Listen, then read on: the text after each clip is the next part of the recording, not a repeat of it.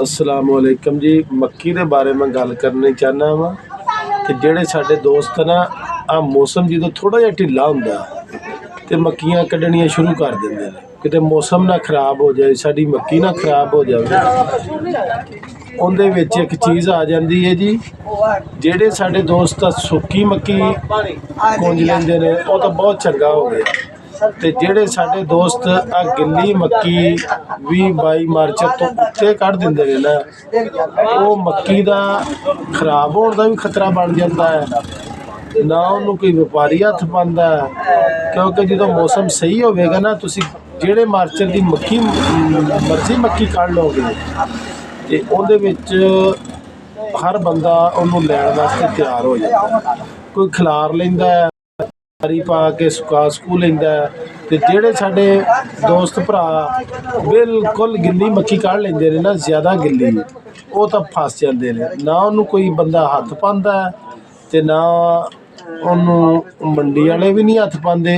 वो बिल्कुल ना जिहड़ा बहुत घट रेट लगता है, वो वंडे दे विच शुमार करन लग पैंदे ने जी। ये अगर बच गई तो ठीक है, जे डैमेज फंगस हो गई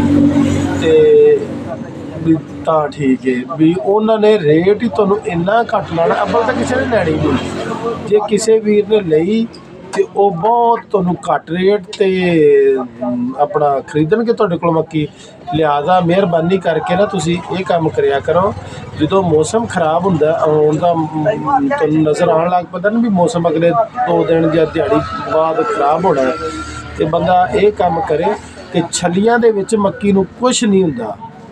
बिल्कुल तुसीं ना घबरिया करो, मक्की छली दे विच ही पई रहण दिया करो, ते इहदे तो नहीं घबराना। तुसीं सुक्कियां जिहड़ियां मक्कियां ने उन्होंने तुसीं कढा लो, जिहड़ी ज़्यादा गिल्ली मक्की है ना उन्होंने तुसीं ना कड्ढो।